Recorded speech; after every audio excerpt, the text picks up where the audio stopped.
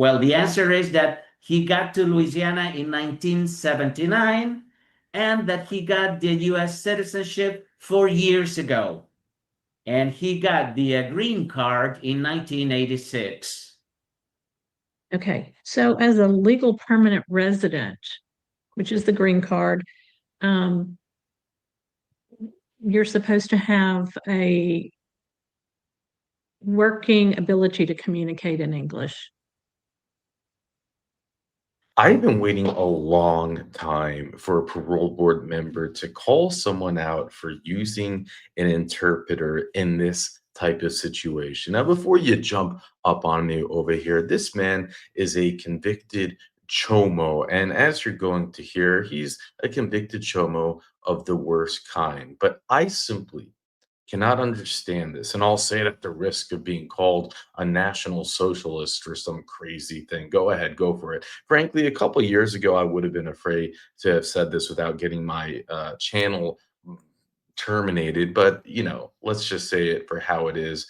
It's insane for you to be able to go to any country for, I guess, in this case, going on 45 years and to claim that you still don't know the language, to bring in interpreters in these situations we see all the time. We see specifically with Ch0m0's where they bring in an interpreter to their parole hearings and try to manipulate the system that they have become experts at manipulating. I'm happy he was called out for it. You'll be surprised by how he responds. Anyways, I'll do some more venting and unpacking at the end. Mr. Ssparza is classified as a first felony offender, serving an 8-year sentence for 2 counts of molestation of a juvenile, sentenced in July of 2021. His parole date is November 20, 2023, with a full term date March 21st, 2029. Is that information correct? Correct. Yes, that is correct. Thank you. So we need Mr. Ssparza to tell us the reason he's in jail. What did he do, and why does he believe he needs to be released early? Bueno, en primer lugar, porque estoy arrepentido de lo que hice y más que nada ver a mi mamá. ¿Y por qué está usted en prisión?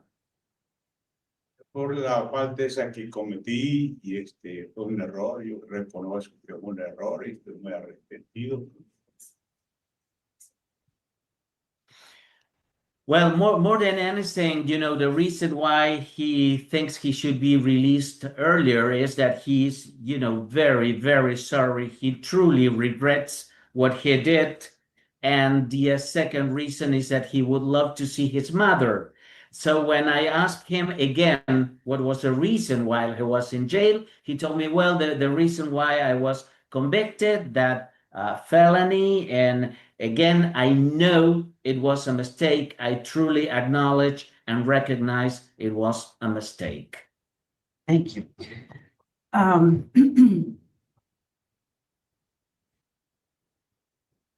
So at this time, we'd like to ask Warden Ch0m0, is there anything that you can tell us about Manuel? Not a whole lot. He's only been here since September 22nd of this year. I spoke to him a little bit yesterday. He can communicate with English to a really good extent. We had a good conversation. He just needs risk management, and he doesn't have any educational programs. He doesn't have a GED or any kind of education that he could speak of. So that would be my only recommendation, is that he gets some of that before he would be released. Thank you. Okay. Correct. Correct. So at this time, we'd like to hear from Maria Ssparza, Manuel's niece. Nos gustaría entonces en este momento escuchar a María Ssparza respecto de de Manuel, de cómo es y de sus necesidades y demás. Okay. Hello. Yes. Maria, Yes, this is Maria. what would you like us to know? ¿Qué le gustaría, María, informarle? Usted lo va a hacer en inglés, ¿verdad, María? Yes, I speak English. Okay, thank you. I'm for him going up for parole. That's as long as he, I see that he knows that he made a mistake and he regrets his decision. So I am for that parole. And that's really all I have to say about it. Okay, yes. We also have another victim who is on the Zoom but does not wish to speak, but she is observing. Okay. So I would like Mr. Ssparza to tell us how many victims he has. Señor Ssparza, ¿usted nos podría decir cuántas víctimas atacó o molestó? No, ese fue el primer error y es el último. That was my first mistake and it's the last one. The record disputes his answer. There are clearly numerous victims. Un poco se cuestiona su respuesta porque dicen que hay más víctimas, no víctimas nuevas. No, eso no es cierto. That is not true. Okay, thank you. According to my understanding of current law, Mr. Ssparza currently is not eligible for parole consideration because he does not meet the educational requirements or and he doesn't have, I don't think he has the pre-release requirement either. No, So- he just got into pre-release recently. Okay. So would you relay that information, Mr. Gerardo, to? Sure. Yes, ma'am, Ms. Ledoux. I'd like to ask a question. I see that Mr. Ssparza Ssparza.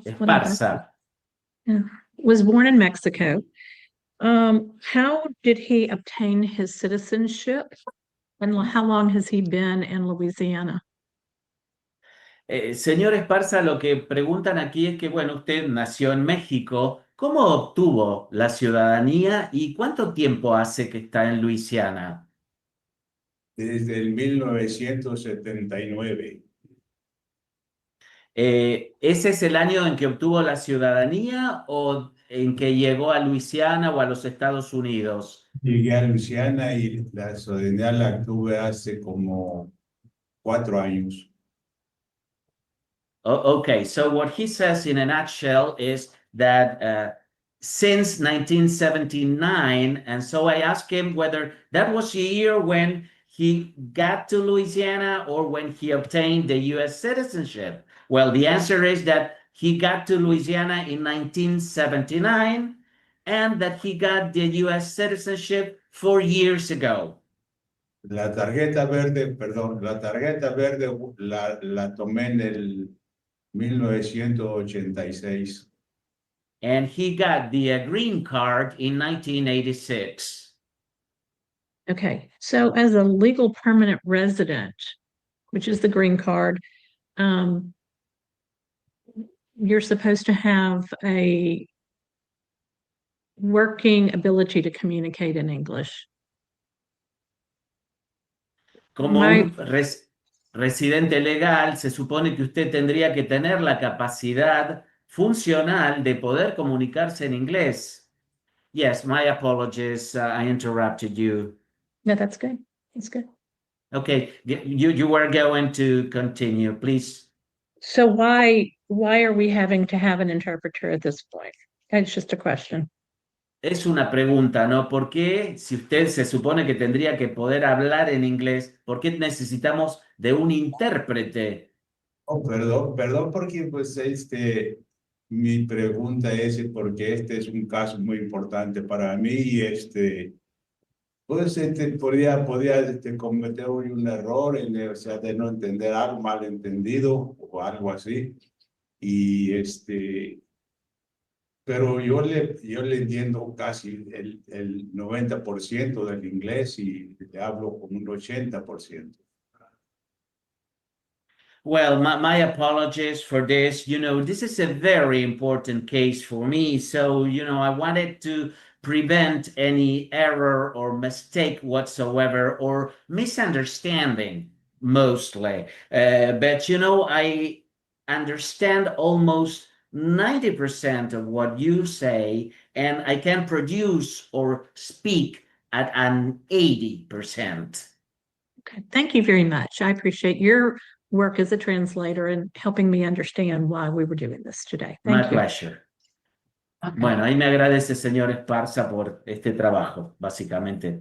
Usted lo habrá entendido. Okay, well, his 90 and 80% will work just fine for what I have a victim request. She sent in a letter, okay, and of course I can't read it all. I'm not gonna be able to, but she's listening. And this is what she wanted to say. She said, if you guys are unable to read this letter in its entirety to Manuel, please feel free to read this to him. It's Kissy. I told on you. So I wanted to do that for her. That's it. No sé si ahí pudo ver usted hay una de las víctimas, ¿no? Que no quiere hablar, pero al menos escribió una carta para que fuera leída muy brevemente.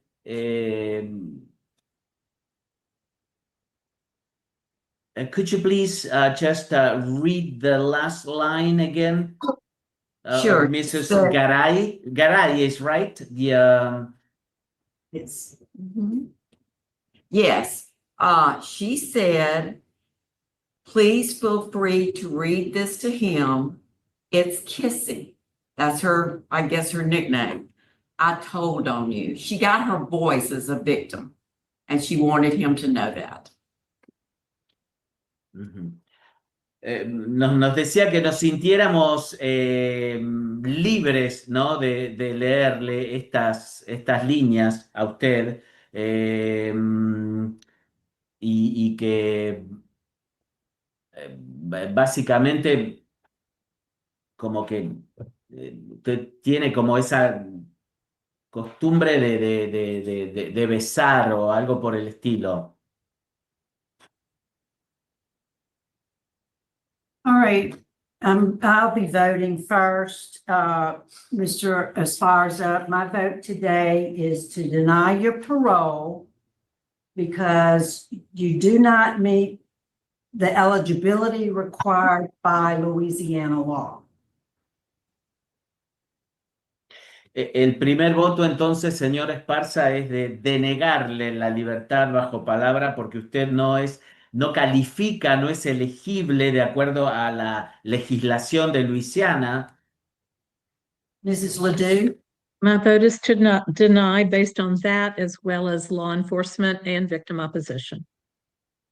En el caso de la señora Ledoux también utiliza los mismos argumentos y le suma a ello la oposición de las víctimas. Mrs. Stapleton? And my vote is to concur based upon that and judicial law enforcement and strong victim opposition from all.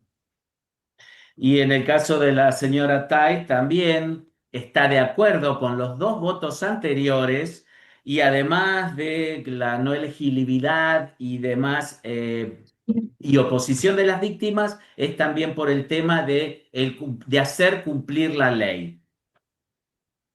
Está bien. So, his parole. It's okay. I mean, Mr. Ssparza says that it's okay. Thank you. Warden Ch0m0's, that concludes our business at your facility. Thank you. Thank you, Mr. Parole. My pleasure.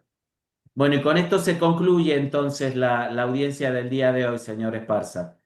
Muchas gracias. Thank you very much. It's Kissy, and I told on you. I just love it. You know that was like a dagger to whatever was left of that cockroach's ego, and I love that it was repeated again by the interpreter. How powerful. There you go, Miss Stapleton, the victim's advocate, the survivor's advocate. I do adore her, and I love, again, the way that that was executed in there. This is Missy, and I told on you. It's just, I don't know, maybe it'll be the title of this YouTube clip, because I think there is just some form of reclaiming the power, the control, very satisfying. And the whole thing, a Ch0m0, just a Ch0m0. Oh my gosh.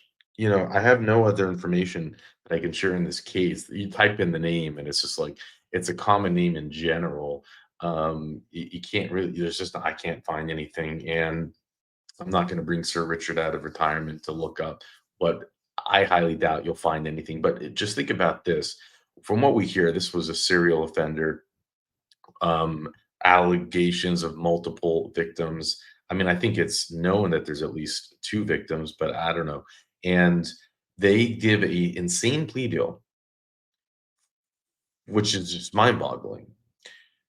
He's sentenced in 2021. He has parole eligibility 2 years after sentencing date 2023. He comes up for parole 4 years. His full term is 2029. 8 years. 8 years is what they give. Why? You know, I'll never understand it. And it's like Louisiana, you hear these things, and I guess they change laws. I know people who are, but it's still, I need to see the actual laws take effect, because the idea that they just release these monsters back onto the streets after just serving, 8 years in prison for these type of crimes is disgusting. And then the part that I was going to say about the interpreter, my father was not born in America. He had a green card. He then became a citizen. And I'll tell you what, I remember as a child him studying for the exams, the citizenship exam, and you had to know English. I remember him every day. He would sit there. He was so proud when he passed. And it's like, I just don't get it. So the interpreter thing, I do fully believe it was done as a tool of manipulation. We see it happen all the time. It's your right to do it. Just go ahead and do it. Look, you read about this, and if you're ever in a situation, especially when it comes to law, I'll ask for an interpreter if you can get one, because it buys you an extra invaluable 30 seconds or whatever to think about how you're going to answer a question. It is the right chess move. It's the right tactical move, but it's insane at the same time. And I like that he was called out on it. And maybe what he was saying was right. Maybe he understands 90%, maybe 95%. Maybe he really wanted it to be perfect, without any way of miscommunication, maybe. But what I cannot understand, I mean, I don't really know. For me, I guess this is also where it's coming from. I'm a little bit fired up. I covered a Connecticut pardon hearing. Okay, so we had people coming into the pardon, and they're using a translator. So you come into the country, you get sent through the system, you catch a felony, you do prison time, you get out, and now you're asking for a pardon to have your record expunged, and yet you still can't speak the language. There was someone who was up for a pardon who had been in the country for 45 years. He had I think it was a Vietnamese translator. And it's just nuts to me. Oh man, you don't know what you're talking about. You know this or that, and what would you do? No, first of all, if you ever go to prison and you don't, let me ask you this: if you got locked up in Italy, or pick a language where where pick any country, who cares where it is, and you're thrown into the cells and you're there for 8 years in prison, and you get out not knowing the language, like, what's that even say about you? Like, you just have, like, absolutely no interest in the world to at least, the very least, learn a language? It's kinda like if you go to prison, wouldn't you be the guy that goes, or the gal that goes to the gym and gets in shape? I mean, you can make the best of your time. It's, to me, it's nuts. And then you're, just, but why the system coddles someone who is clearly saying, I don't care about your culture, I don't care about the language, I don't care about improving my abilities to make money, I don't care about anything. I don't care. As a matter of fact, I'm going to come to your country, I'm going to offend against little ones in your country. I'm not, going to, I just don't care, because I mean, again, it's, oh, Mandoo, you don't know what you're talking about. You're a national socialist. You're racist. And I'll just tell you, I just say, shut up. Really, I do. I say, shut up. I don't care. I don't care. If you want to say that, if that wants to be your conclusion, then you can go leave. I don't. This is not, as you notice, I didn't mention Republican, I didn't mention Democrat, because I don't care. This is not a right thing. This is not a left thing. I think this is a common sense thing. And it's talking about, the person in general, like how much they want to even improve themselves. And I think how they view the country that they're really living in. I can't, it's hard for me to imagine even, and I've traveled, I've been around, I've studied other languages and countries that I've been in, and